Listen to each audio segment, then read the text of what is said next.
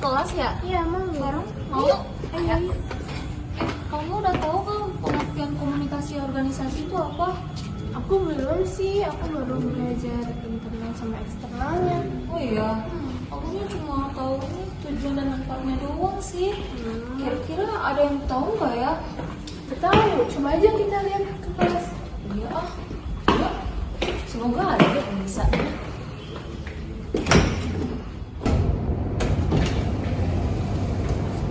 Si Farlan udah masuk tuh. Hai Farlan. Halo. Farlan, kamu tahu nggak komunikasi organisasi itu pengertiannya kayak gimana? Tahu nih yang buat data katanya. Mau dijelasin? Boleh. Ayo sini.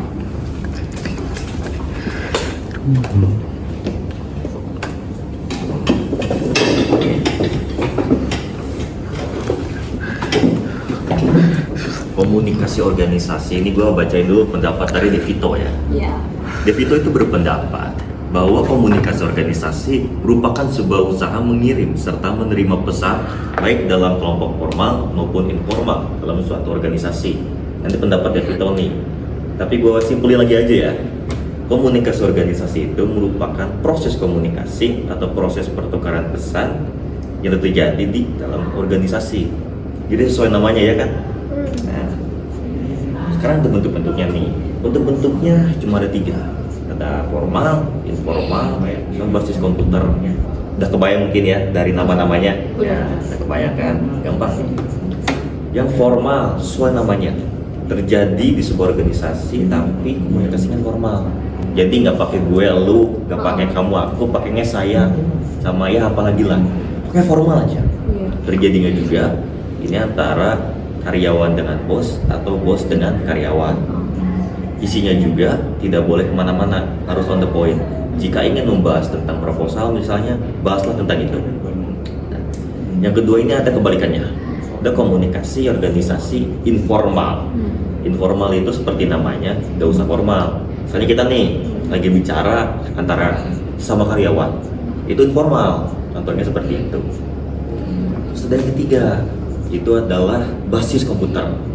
Pakai WA, pakai email. Kan organisasi itu banyak ya. Kan banyak banget orang, ada atasan, ada bawahan, mana mungkin kita nyamperin satu-satu. Oleh karena itu kita pakai WA, pakai email untuk ngebantu. Nah itu basis komputer. Nah kalian belajar apa? Kalau aku sih itu tujuan dan manfaatnya.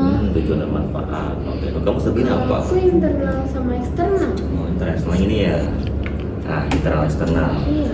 Boleh coba jelasin Nah. kita berdua? Internal itu komunikasinya tuh antara organisasi, antara anggota-anggota yang di dalam organisasi itu loh.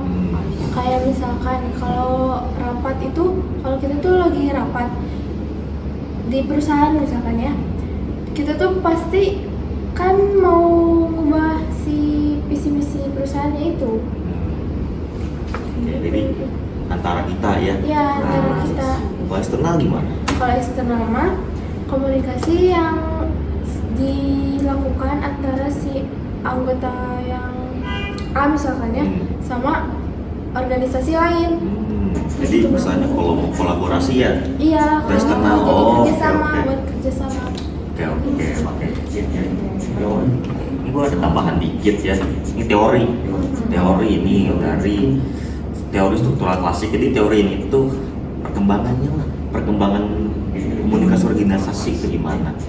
Ini ada teori struktural klasik ya. Ini udah dari tahun 1800-an. Oh, Lama ya. udah lama.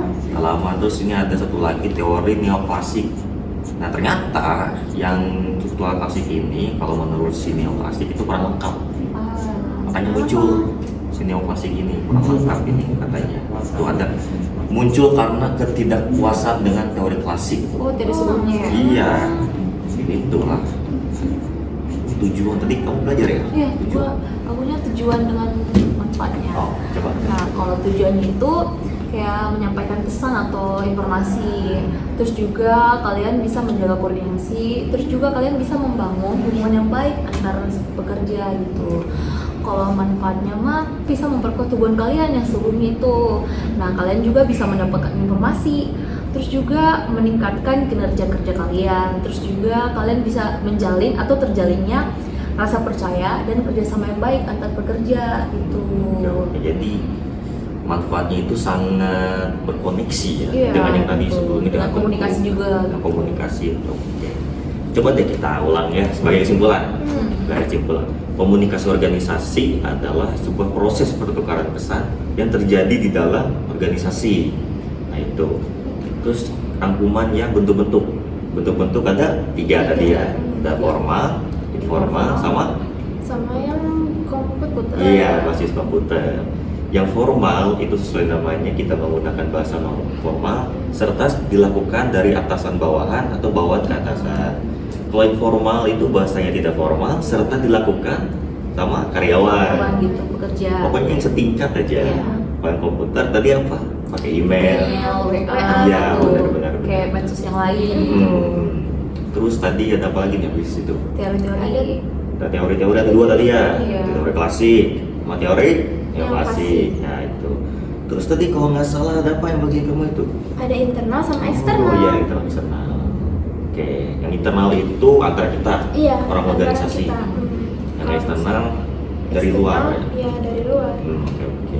Tujuan manfaat tadi ya. udah. Oke, ngerti gak sekarang? Ngerti. Ih, seru ya belajarnya. Seru. Iya. Terus dapat diterapkan lagi. Iya, benar. Apalagi kita udah mahasiswa kan? Iya. Nah, mahasiswa organisasi banyak. Iya. Ya, ini yang perlu diingat. Oke, ya sudah.